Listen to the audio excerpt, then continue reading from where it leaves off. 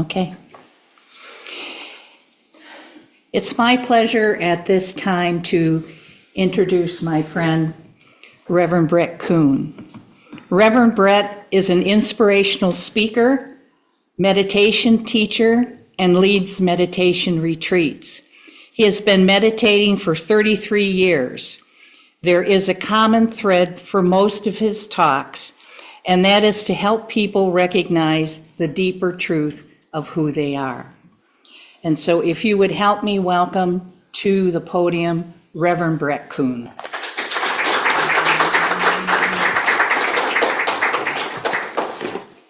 Thank you so much, Reverend Carol. You're welcome. Good morning, everyone. Good morning. Nice to see all your bright, shining faces this morning. I really love the energy always coming in here. I mean, I say always. This is my second time, other than way back when, and it was, I don't think it was this church at this location, but I appreciate the healing energy that is done, and just everything was so thoughtful, the songs and all that. I'm like, yeah, I follow that. I get that. It's just all felt very nice. So, hey, we're professional here.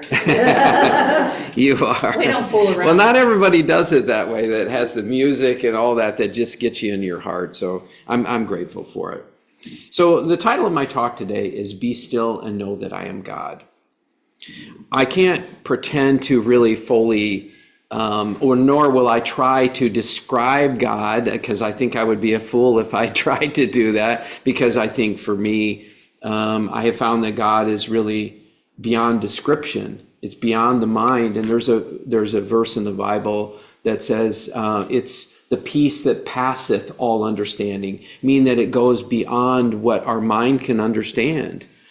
So I chose this title because we're just so busy. We're just so busy. We have so many things going on in the world, and we're caught into really just so much stress and worry that we really don't need to be carrying. So, I don't remember if I mentioned this last time, but we have roughly about 60,000 to 80,000 thoughts every single day. I mean, it's crazy. Like, how do you really hear God? How do you really hear that voice or know who you are when we're constantly going up against all of these thoughts? It can be very, very difficult. Come on in. It can feel overwhelming. So when we go into stillness, we get a deeper sense of who we are in that quietness, in that stillness. And it's difficult to really know who we are if we can't step into that. So I want to talk about some of the things like, why is our mind so busy? I was listening to a teacher that I really, really enjoy, Ganga Ji. I don't know if any of you have heard of her before or watched her online, but they're really such a beautiful teacher. And one of the things she was talking about is, she was talking about how we're always striving to either get something to become happy, or we're trying to get rid of something to become happy. Ultimately, everyone wants to be happy.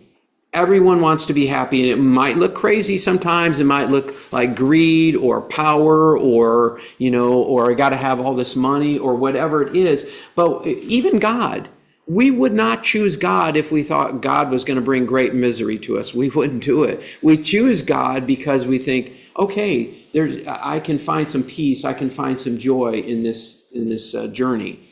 So everything we do is always trying to get happiness. But here's the thing. When we're always trying to get something, or we're always trying to get rid of something, we're never in the moment. We're never in just the pure beingness of life. We're always in the search. So when I was listening to her say this, she said when she had done a lot of healing work, and then she met her teacher, Papa Ji, if any of you are familiar with him. He was a disciple of Ramana Maharshi. And when she came across him after many, many years of studying and seeking and searching, he simply said to her, "Stop the search. Stop the search." Now that might sound a little crazy. And have found that the search is probably what has got me here. So there's nothing wrong with the search and seeking God, seeking love, seeking joy. But there comes a point in time where you have to give up the search. Why is that? Because if you're in the search, you're treating life as if it's something that's going to happen in the future. You're not being present in the moment. Because I have found the more I give up the search, the more life naturally gives me exactly what I want. And I've done a lot of workshops. I've read a lot of books, as I'm sure many of you have in here. And it's wonderful. But I've come to this point where the more I give up the search, the more I see that life, God, whatever you want to call it, is here supporting us, giving us what we want in every single moment. And I can only say that life just keeps getting better and better. And there's a lot of craziness in the world, and I get it. I'm reading the news and I'm like, oh my God, and I get stressed, I get pulled into dramas and things like that. But then I say, wait a minute, Brett, are you going to stay in the stress and the worry, or are you simply going to come back to being a witness to those thoughts? As Reverend Carol was mentioning about my bio, my threads of talk are always trying to help people to discover that deeper truth of who we are. Because the deeper truth of who we are is absolutely beautiful. It's absolutely at peace. It's absolutely rests in the stillness and the truth and the God essence of who we really are. That is the truth. But we have collected many, many ideas along the way that would have us believe other than that.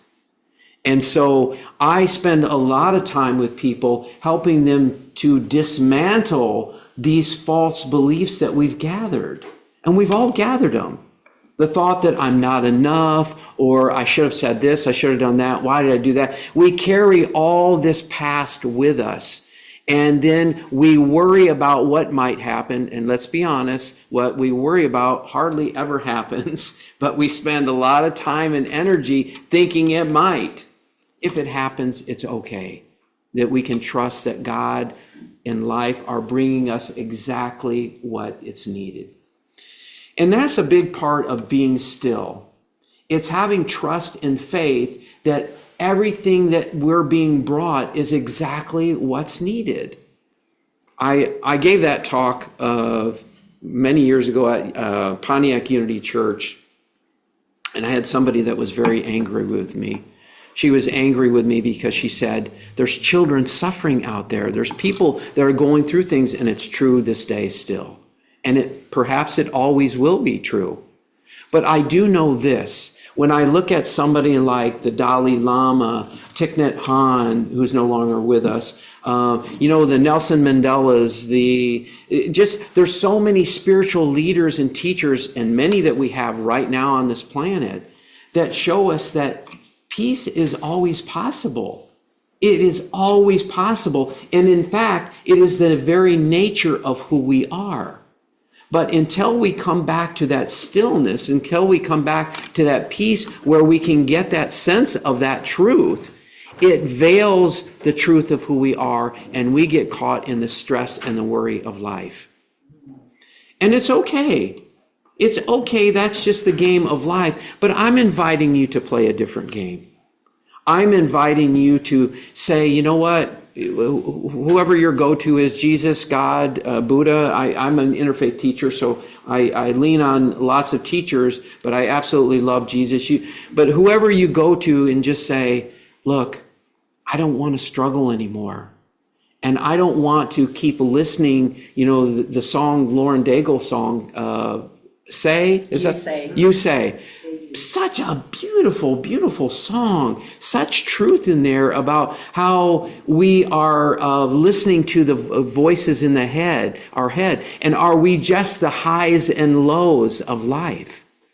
But you're so much more than that. That is the truth. You are so much more than. And by the way, I'm not here to convince you of any of that. I don't want to convince you. I don't want you to blindly believe me. I want you to explore. I'm inviting you to explore, to say, who am I really? It's one of the best, most powerful questions you can ask. Who am I really?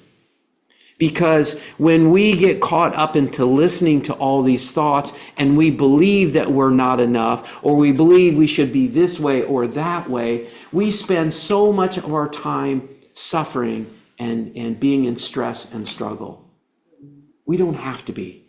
We really don't. And like I said, there's many, many teachers out there that are showing this, that peace is always possible no matter what is going on in the world.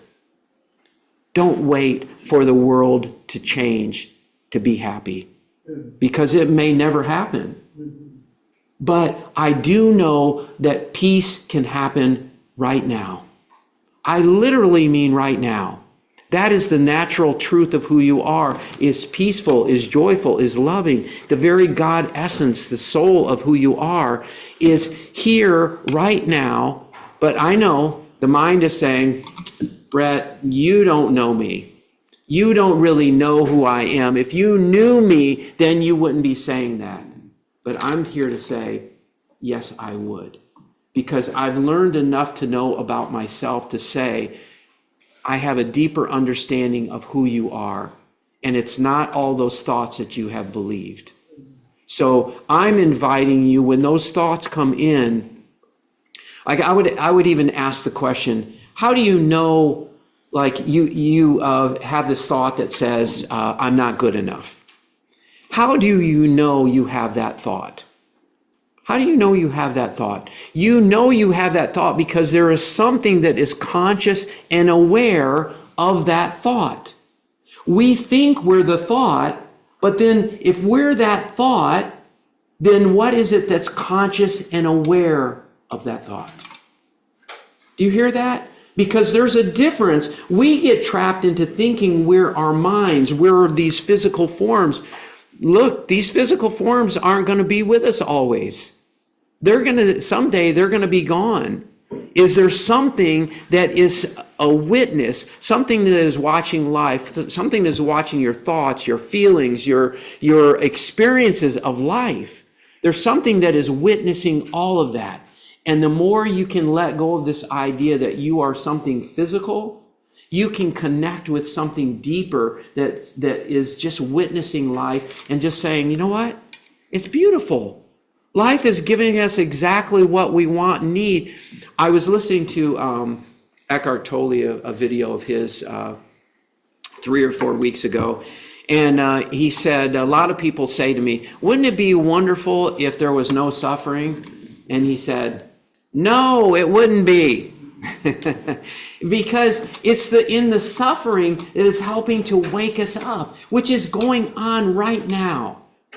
This waking up to who we are. So the suffering is not God's way of saying, I'm smiting you. You did not do well, No, it's God saying, I love you so much that I am willing to give tough love.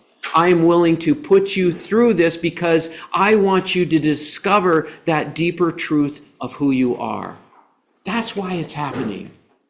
And so the more we can flow with life and stop fighting it, then we can experience a deeper peace and experience more of that stillness. I quite often say this in my talks, in my retreats, my meditations, a quote by Eckhart Tolle, and I probably said it the last time I was here. There's a definition of stress. Stress is wanting life to be different than what it is. Just consider that. Stress is wanting life to be different than what it is. Something happens in life and you go, oh no, I can't believe this happened to me. What do I need to do to get out of or get rid of this experience? Or I'll even say this, or even heal this experience. Now, there's nothing wrong with healing. Healing can be beautiful and powerful, but if you're trying to use the healing to escape the experience that has been brought to you, then you're still trying to escape life in some way, and it doesn't work. I was with somebody that I was talking with recently, and she was just saying how, all this stuff was going on, and so she was using like positive talk to kind of balance things out. And I said, I understand why you're trying to bring in this positive thoughts, but really you're bringing in these positive thoughts because you think you need to counterbalance all the negative thoughts. But the truth is, there's something deeper. You don't have to believe the negative thoughts. What? What do you mean I don't have to believe the negative thoughts? You do not have to believe all the stuff that your mind is telling you. In fact, I encourage you not to do that. We think the mind is on our side. It is not on our side. Now, let me be clear. I have nothing against the mind. It's beautiful when it's used as a tool for serving who we are. But the mind has become the master, and we have become the slave. That's the truth. People are so caught up in listening and believing everything they hear in their heads, and it's the very thing that they're feeling diminished by. But the truth is, the truth of who you are can never, ever be diminished. Please hear those words. The truth of who you are can never, ever be diminished, because it is the natural, pure essence, your pure beingness of who you are.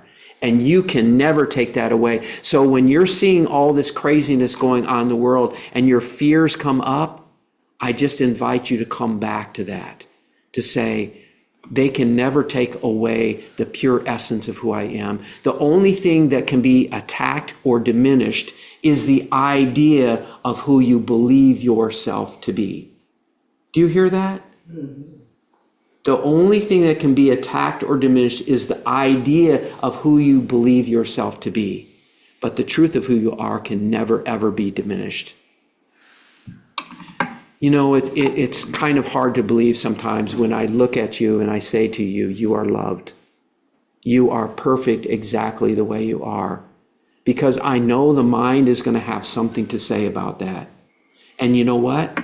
Let it say whatever it wants to say. When it says it, just simply come back to being aware of your breath. Just notice that thought is there. You don't need to make the thought bad or wrong, and you definitely do not need to get in a fight with it. Because if you get in a fight with a thought in the mind, guess what? You're going to lose. Because now you're empowering the mind, you're empowering the thoughts as if they're real, and they are not. You do not need to engage them. All you need to do is be a witness to them. Be a conscious, aware witness. Nothing can happen without conscious awareness. When you go to sleep at night and you're not conscious and aware, the whole world could blow up. You wouldn't know it. But when you wake up, then there's something that is conscious and aware of life happening. Conscious, aware of your thoughts, your feelings, your experiences. This is what I'm inviting you to tap into. Eckhart Tolle describes an awakening of when the awareness and the mind separate. So in other words, you become aware that you're not your thoughts. You become aware that you're not your feelings. You become aware that you're not your experiences. You become aware that you're not this form. You become aware and a witness to all of it without needing to change any of it. Why don't you need to change any of it? Because the essence of who you are is at peace, and it sits in that stillness, that be still and know that I am God. That is the very essence of who you are that you can rest in. So I feel like I want to leave this last little bit with you, and that is, there's nothing to figure out. There is absolutely not one single thing to figure out.